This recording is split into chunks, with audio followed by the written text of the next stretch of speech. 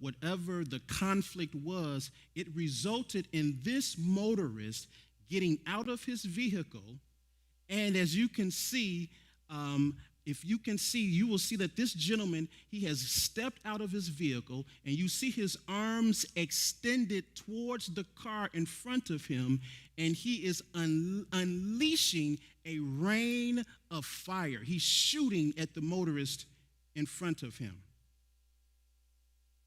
This is becoming very common. It's unfortunately becoming too common in our society right now. This overwhelming display of violence and this overwhelming display of individuals literally engaging in this sense of unchecked anger.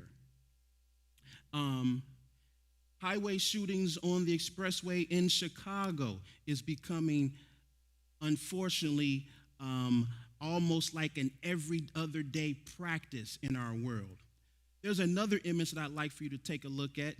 It's the second image that I'd like for you to take a look at, and this is going to highlight the fact that we are living in a society right now where there is this constant display of highway shootings, constant display of road rage, this constant display of individuals quickly losing their temper, this constant display of individuals flaring off at any given moment. Here's another image of another motorist who was driving, and as you can see, he is approaching the car of the motorist behind him, and if you can kind of look at his facial expression, he looks absolutely upset. He looks angry. He looks mad. But this is becoming, unfortunately, an epidemic in our society.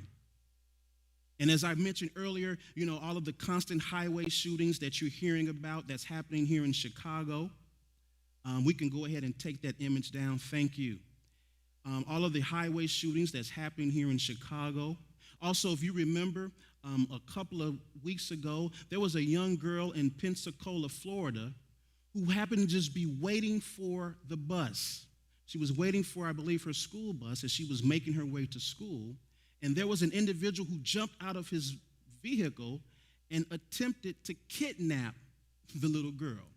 As she's waiting for the bus to go to school, just minding her own business, someone jumps out of the vehicle, and they have it all of the footage was displayed on the news, and they have it where this gentleman jumps out of the vehicle, and he's trying to kidnap this little girl. In fact, just a few days ago, I was here at the church, and I was in my office, and I was doing some studying and some reading, and as I was studying and reading, I happened to hear gunshots flare off, just random gunfire happening right here on the corner, right in front of our church. A round of gunshots just flared off. Pow, pow, pow, probably 4 or 5 times. And the gunshots were so close to the church that I literally just kind of quickly just jumped to I got down on the floor and kind of started looking out of the window and trying to see where it was coming from. And at that moment, I was talking to one of the individuals who works on our custodial team here at the church. As I went out into the lobby, he was standing there, and I asked him, I said, "Did you hear those gunshots?" And he said, "Yeah, I did." And he was telling me that when he looked out the window, he saw that it was 2 vehicles. One of the vehicles was shooting at the other car as they were exiting off of the expressway here, exiting the Highway 94 and the Bishop Ford Expressway. The point I'm making here is that we can all agree, all of us would agree, that just from these examples that I gave you, road rage segment that was done by Lester Holt, the attempted kidnapping of the young girl in Pensacola, Florida, who was waiting for her bus. The random shooting that I told you that I heard outside of the church office here. We will all agree that we are living in a pretty dangerous world right now. Wouldn't you agree with that? We live in a pretty dangerous world. Now, I'm not suggesting that the world has never been dangerous before, but I'm sure we would agree that we are living in a time today where the recklessness of man, the unhinged activities of men, the impulsive anger of men, I'm sure we would all agree that this constant release of violence in our society, all of the perils and all of the chaotic things that we are seeing happening in our world, we would all agree that it's happening at an intensified level that we've never seen before. The world has always been crazy. Even in Jesus' day, the world was nuts. But in today's time, it's operating on an intensified level that we've never seen. So we're living in a dangerous world. Now, of course, the world also has a lot of good things going on. But we must be cognizant of the fact that when we walk outside of our homes every single day, when we leave our house and we begin to move abroad society, going to our various destinations, we need to understand that there is absolutely no guarantee that when you leave your house that you will return back home safely. There's no guarantee. That's the one thing I want us to really be cognizant of, that we are living in a time now that when you go outside of your front door, and when your children go outside of your front door, that you are walking into a world that is filled with potential danger. And that potential danger can rear itself and it can emerge at any moment, at any time, unexpectedly. Which means that it is important in today's time, especially, that you need to know that you have his name, the name of the Lord, over your life. You need to be absolutely cognizant and aware of the fact that you need the name of the Lord over your life and over the life of those who are under your care, your children, your home, your parents, your loved ones. We are living in a time now where the covering of the name of God is so significant and is so necessary, because when you go outside your door, on your way to work, on your way to the train station, on the train, flying in an airplane, some madness can jump off at any moment. Now listen. This is not in an effort to be so focused in on the madness of our society that there's this attempt to walk in fear, because God has not given us the spirit of fear, but of love and of a sound mind. But however, we must be aware of the fact that we are living in a world that is filled with danger, and that you need the covering of the name of God over your life. Now, the reason why I'm saying the name of God is because when we take a look at these passages of Scripture in Numbers chapter 6, verses 22 through 27, and I'm going to start at verse 22. I'm just going to read verses 22, and I'm just going to read verses 23, but our focus will be on verses 24 through 27. Verse 22 says, "And the Lord spake unto Moses, saying, Speak unto Aaron and unto his sons, saying, On this wise you shall bless the children of Israel, saying unto them this priestly prayer, which is what is known as. It is known as the priestly prayer. And God is instructing Moses to cover his people, cover the children of Israel with this priestly prayer. Now, you need to understand that this priestly prayer, as instructed by God to give to Moses, as God gave it to Moses, God instructed Moses to give this prayer to the high priest, or to the priests who were assigned to pray over the people and to be a representative of the people towards God, taking the cares and the concerns of the people to the Lord. And so God instructs Moses to give this priestly prayer to the priests, because the lives of the children of Israel mattered to God. You see what I just did there? You see, their lives mattered to God. And you need to know today, in this world of chaos, in this world of madness, in this world where people are just walking around in a state of being unhinged, you need to know that your life matters to God. Your life, your care, your safety matters to the Lord. And so what we need to understand that this prayer was possibly said by the priests over the children of Israel as they would leave the sanctuary after their time of public worship in the sanctuary or in the synagogue. And so they would pray this priestly prayer over the people.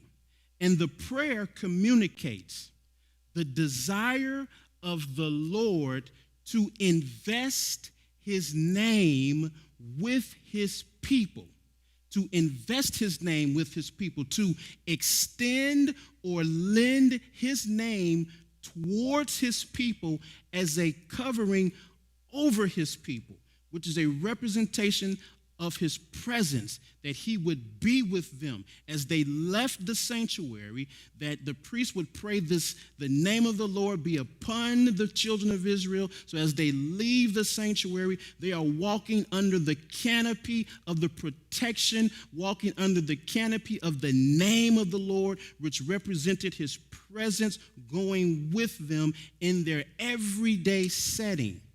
He is extending his name toward them, a covering of blessing, the blessing of his name as a covering. And the blessing of his name as a covering would produce certain outcomes over their life. And these outcomes is what I'm going to unfold from this prayer. And there's 3 outcomes that, as I take a look at this priestly prayer, that the covering of the name of the Lord, the covering of God's presence on his people, this priestly prayer, I'm going to unpack what I believe to be these 3 outcomes that this priestly prayer contains. And that is the outcomes that I am praying for you as we are moving and living in some perilous and crazy mad times. Number 1, fortify. Number 2, favor. And lastly, fixed. So number 1, fortify. Verse 24. Verse 24. The Lord bless thee and keep thee. That's the first portion of this priestly prayer. The Lord. Notice how it begins by saying the Lord. The Lord, or Jehovah, the name of God.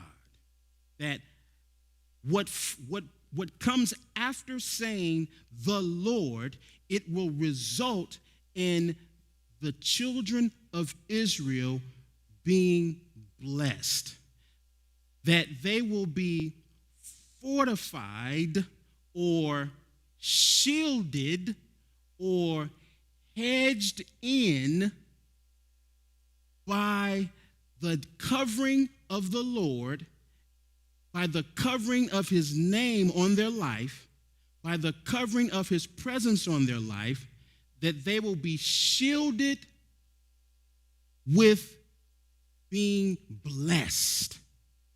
That they are shielded with being blessed. To be blessed means that there will be this extension of goodwill and well-being towards his people.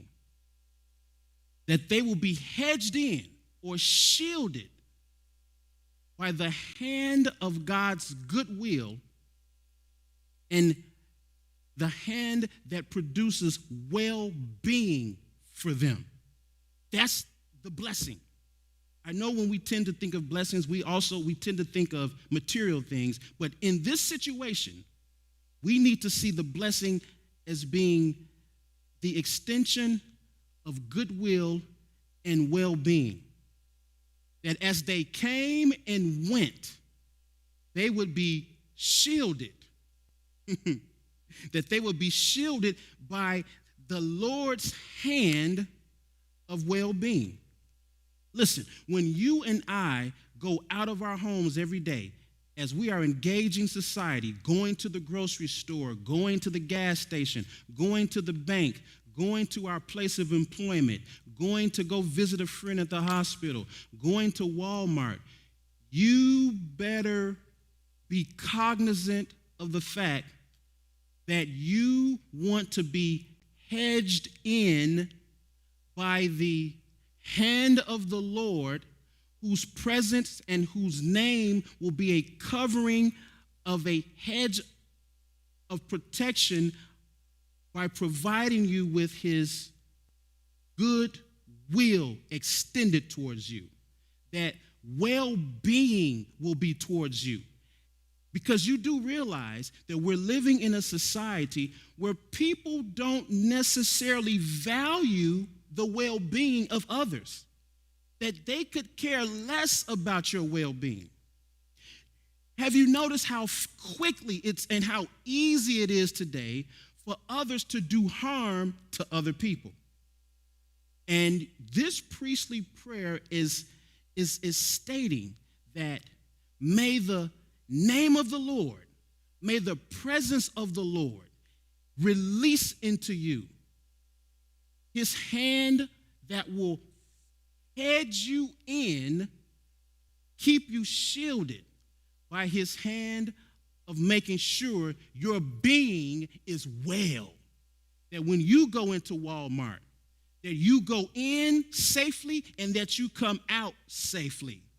That when you go to the cleaners, or when you go and get on the train to commute to work, that you go in safe, that your being is well, that you're unharmed, that you're unscathed, that you are under the hand, the blessed hand that keeps you in his care and well-being. So that's the first thing that we want to take a look at of being fortified, that you are cognizant of the fact that as you are going out in this world, that at any moment something crazy can break out. And don't think it can't break out while you're there. It possibly could.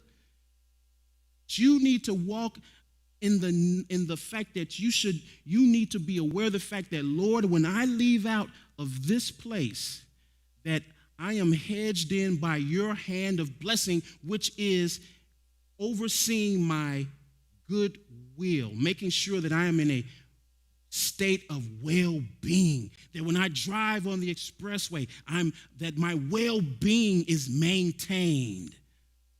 Then he says here, keep thee. Now, we think of the word to keep. We tend to think of protection, to keep, to protect. or to even possess. I'm keeping my phone. This phone is in my possession.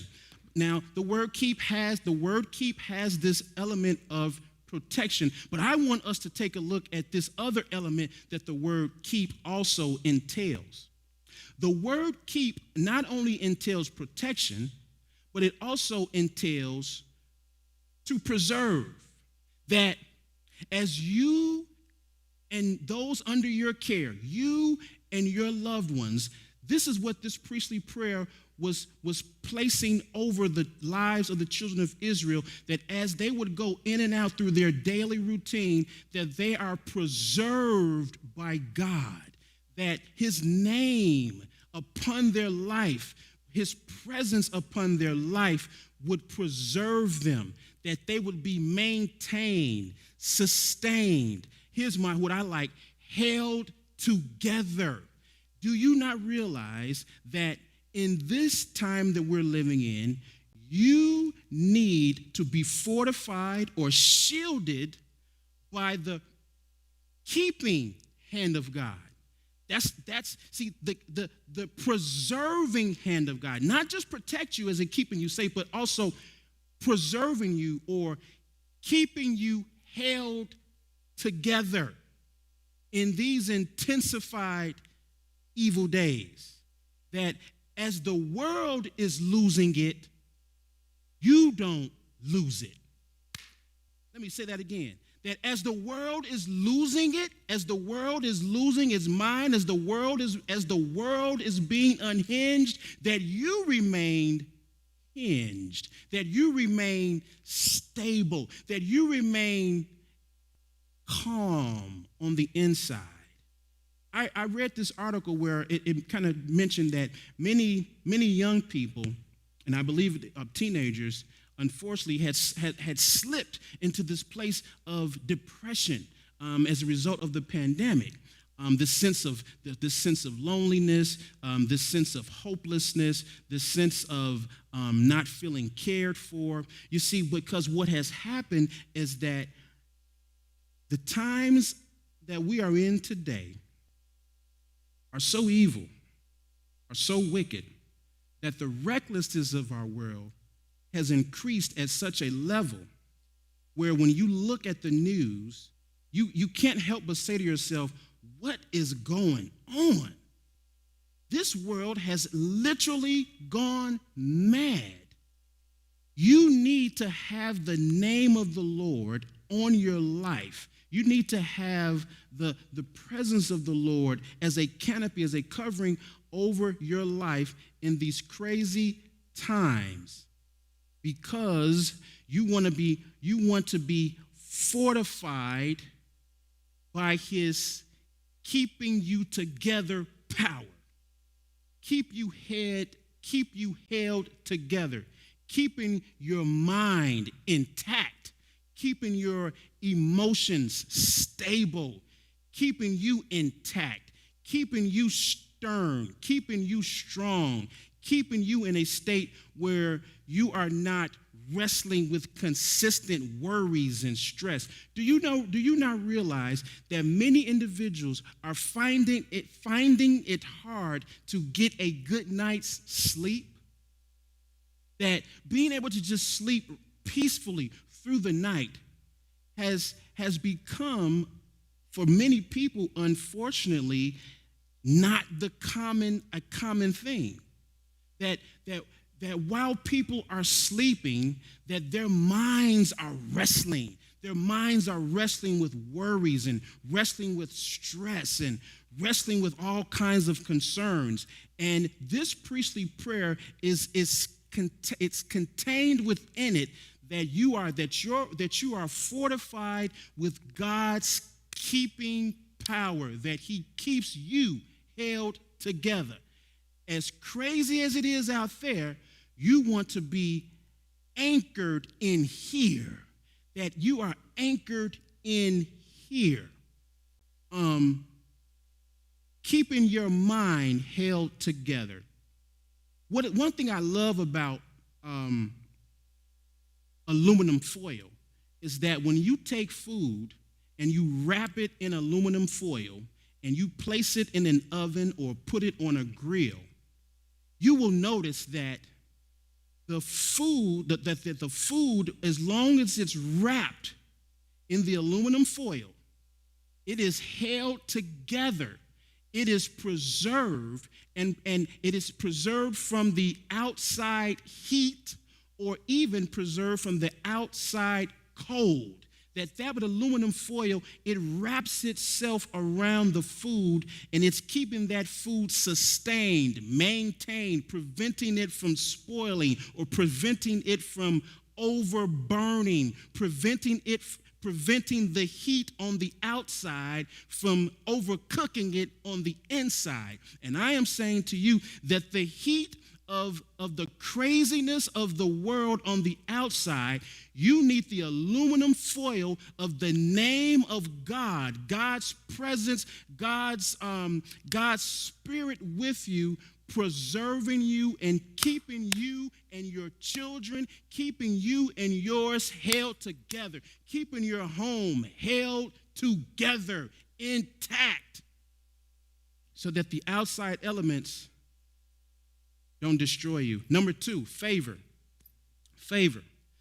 Favor. Verse number 25. The Lord make his face shine upon you and be gracious unto you. Now, the Lord, notice it's starting again with the Lord. That name, the Lord, make his face to shine upon you. This has this concept that, now, and it's using anthropomorphic language here. It's using human terms, because humans, we have a face.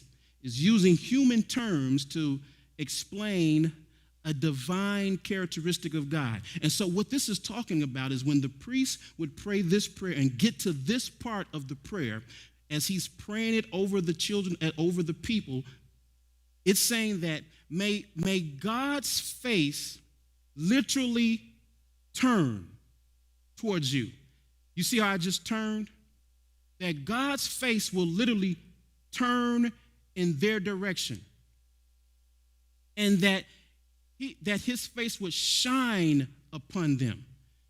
What this has to do with is that God's favor, his favor would turn towards his people, and that his name and his presence would result in his favor turning towards them and turning in their direction and being overwhelmed in their life. When you see something shining, like when you see the sun shining, it's overwhelming. And so this has everything to do with God's favor turning towards his people and overwhelming them with his favor. And when we talk about favor, what you are talking about is that God extends partiality towards you. That there was this extension of overwhelming kindness towards his people. Do you realize that when you go outside your front door, that you can and will be and possibly be confronted by so many people who could care less about extending kindness towards you? Don't take kindness for granted. In this world, kindness is important, because when you go out into this world, there are individuals who don't really care to be kind towards you. And so what this is saying is that may the Lord's name, may his presence, may his spirit cover you with partiality, that you be covered with partial kindness that comes from him, so that when you are walking throughout society, that people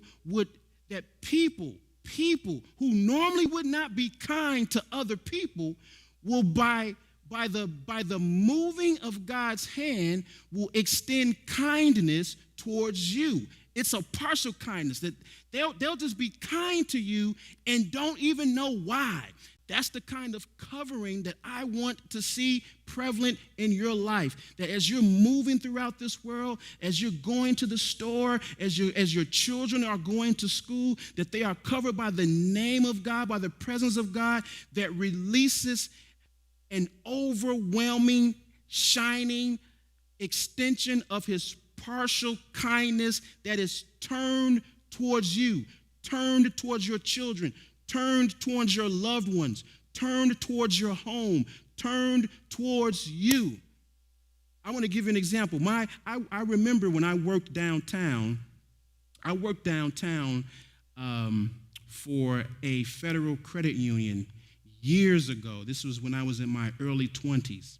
And we had gone out on a company outing. We went to a White Sox game. And my boss at that time, he was a very stern kind of guy, very robust.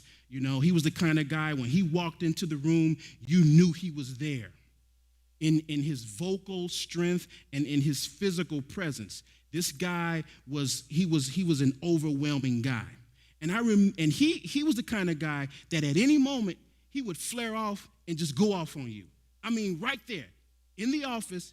If he didn't like your performance, he would just let you have it right there in the office. And I remember when we were at the baseball game, and he started talking and a little bit just kind of bragging about how he had gone off on so many individuals that worked for us. He was going down the line saying, yeah, I remember when I went off on you and I yelled at you and I let you have it. And then what's interesting, when I'm telling you the truth here, when he got to me, he said, Anthony, you're the only person I haven't yelled at. You're the only person I haven't gone off on.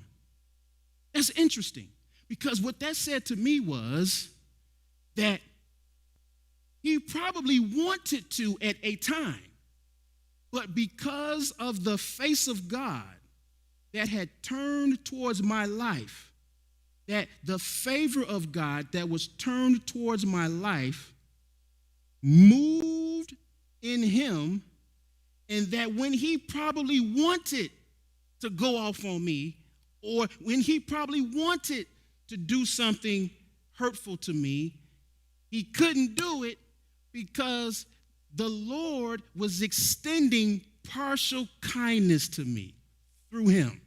That even when he probably wanted to go off, it resulted in a kind word.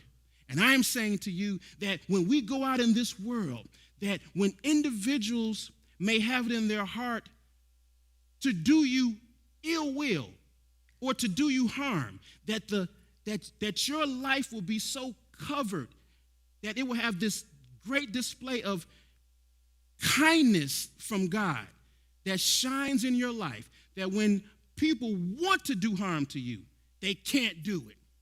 And they won't even know why, because that will be the covering of the name of God, the covering of the presence of God on your life, extending partial kindness to you. I want that for your life. That's the covering I want to see over you and your children, your loved ones, your household, that when you are in the midst of this world, that when people that you come in contact who may have wanted to do something bad towards you, that something on the inside goes, you know what, I'm going to just leave them alone. They wanted to rob you, but God extended kindness towards you. And instead of robbing you, they just kept going. Or instead of robbing you, they just looked at you and said, hey, how you doing? You have no idea of how many potential things that could have happened to us, that because of the covering of God, because of the covering of God's name on your life and over your loved ones, it passed you by. You know, in 2 Timothy chapter 3, it says here that, men will be lovers of themselves, no regard for others. You do realize that these are the days we're living in, that your life is not valuable to other people, that people are just so quick to do harm to someone else, that people are so self-centered today that they have absolutely no regard for others, no regard for you, no regard for your property. They'll just walk all on your grass. They'll steal your car. They just have no regard for you. But Psalm 91, verse 7 through 16 says, 1,000 may fall at your side, 10,000 at your right hand, but it shall not come near you. You want to know why it won't come near you? Because of the covering of the name of the Lord, the presence of the Lord. Listen, you and I need to be cognizant of this, that we need the covering of God over ourselves and over our loved ones and over our possessions, over our homes, because we walk out into that world. You have no idea what you could possibly confront or what you could possibly be caught up in. Going to a Walmart, all of a sudden, somebody's in there with a semi-automatic machine gun flaring off. But my prayer for you is that when you go in there, your loved ones go in there, that you are covered by the hand of God's favor, a partial kindness that keeps you out of the hand of the wicked hands of those who want to do wicked and evil things. They can't help but be nice to you. Lastly, and we're done, fixed. Verse 26, the Lord lift up his countenance upon you and give you peace. This part of the priestly prayer is saying that, and then notice again, it begins with the Lord, that name Jehovah, the presence, that the Lord lift up his countenance upon you. This has this whole idea of someone who is superior, that someone who is superior is looking up with approval on someone who's inferior. So what they're saying here is that when the priest was praying this prayer, that he's saying that over the people, as they left the sanctuary, that over the people, that God's countenance would not only be towards them, but that it will be fixed on them. To be fixed means to remain, to be placed and to stay there. That God's approval will be fixed on them, that they will be covered, that the name of the Lord and his presence will cover them with his fixed approval, that they walk in the approval of God, that they walk in the sense that God sees you as satisfactory. And we know that we're only seen as satisfactory through Jesus Christ. And it will produce peace. Peace in the sense that not peace in the sense of the absence of destruction or chaos, but a sense of good health and rest, even though you're in an environment of chaos. That you will have this covering of God's approval, that God has approved you, and he's looking on your life and saying, that's my child, and my name is over them. My presence is over them. My presence is over their household. My presence is over their children and their belongings. I approve them. They belong to me. They're in relationship with my son, and it's fixed. It's remaining constant on them. And because of that, they will walk in good health, good mental health, good emotional health. That's the peace, that they will walk in shalom, that they will be healthy on the inside. That's good news, man. That is good news, that they'll have a sense of real rest in a society of unrest. That's the kind of rest I want for your life, that you are walking in consistent approval of rest and peace in a world of unrest, political unrest and racial unrest. But there's rest in here, rest in your home, that there's rest in your mind. Oh yeah.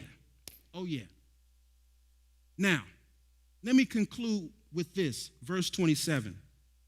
And they shall put my name upon, look at this, and they shall put my name upon the children of Israel, and I will bless them. Now, I want you to look at this way. He says, in this priestly prayer, it ends by saying, they shall put my name on the children of Israel. Kind of like when you see the name of a fashion designer, the name of a fashion designer on a suit. When you buy a Tom Ford suit, I wish I had the money to buy a Tom Ford suit. But when you see a Tom Ford suit and you see his name on it, his name is on it because it is sending a message to the buyer that this suit was manufactured and made by Tom Ford. This is Tom Ford's possession. Tom Ford owns this product. You are buying a suit that is the product of Tom Ford. He owns it. And so you're under the ownership of God. That when you are walking in the covering of his name on your life, in the covering of his name over your children, in the covering of his name over your home, that is sending a sign of ownership. And the wickedness out there, when it sees you, it says, oh, that's a Jesus Christ household. Oh, that person is a Jesus Christ child because his name is on you. The little girl that I told you about earlier, the one that her would-be kidnapper tried to kidnap her, well, I want to end with this. She put, the report said that she put some slime, some green, I think it was green slime, on her would-be kidnapper. She placed it on his arm so that when he left, because she fought him off and was able to get away, praise God. But when she fought him off, she was able to get this slime on him, some slime that she was playing with. She put the slime on him, and he jumped back in his vehicle and drove away. And it was the slime that was on him that the police were able to identify him because they saw this slime on him. They knew he was the would-be kidnapper because of the slime that was on them. And I'm saying to you that may the name of the Lord be on your life so heavy, like slime, that when the enemy seeks to do harm to you or your family or your household, that he can identify that you belong to God because of the name of Christ on your life. In these days and time, you need to, just go with me, you need slime on your life. You need the name of Jesus on your life and over your loved ones, covering you. You need his name. You need his name. The enemy will identify and say, you know what? That person belongs to God. We're not carjacking that one because I see the name on that person. I'm going to close right there. Now, what I want to do, I'm going to close with this prayer, which will be apropos because that's how I want to close this lesson tonight. I want to close it by praying this prayer over you, your household. And if you're watching, I pray that you received this lesson tonight because we need to be every day cognizant of the fact that we need this covering over us that I talked about. Now, of course, because you're in a relationship with Jesus Christ, of course, we know we have it, but the point I'm making here is that we need to be aware of the dangers out there and that we need to be cognizant of the fact that we need his name, which was the title of my lesson. I don't even know if I gave the title, but the title is I Need His Name. You need his name. You need his presence. You need his spirit. You need his name going before you, walking in front of you, walking behind you, walking over you. You need his name in these times. I want to first give this announcement. Don't forget to reserve your seating to be with us this Sunday for our Sunday morning worship service. Also, don't forget to give an offering for tonight to ensure that the work of Christ continues to happen. And then also this Sunday, our kids ministry, they are going to be engaging in some arts and crafts on this Sunday at 2 o'clock on Zoom. So you want to make sure every parent that has kids, please have your kids up front and center this Sunday, because our children's church director, Ashley Payne, they've got some great things in store for you. Listen, I hope that this message, this teaching tonight has reached you and has resonated with you. And so what I want to do, because see, this is, I want for you this covering over your life.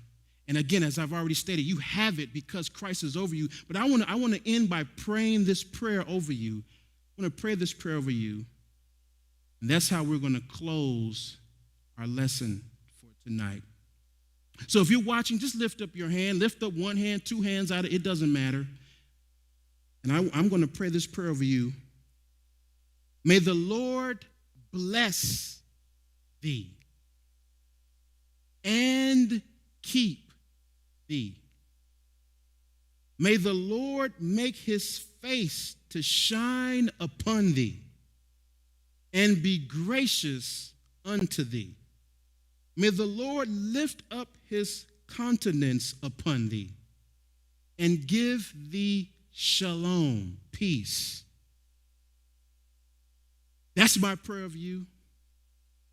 I pray that this prayer will cover your home, cover your mind, cover your body, cover your children, cover your spirit, your soul, your coming and your going, that this follows you on the job, on the train, everywhere you go, everywhere your feet touch, that this is a canopy over your life as we move abroad in this world.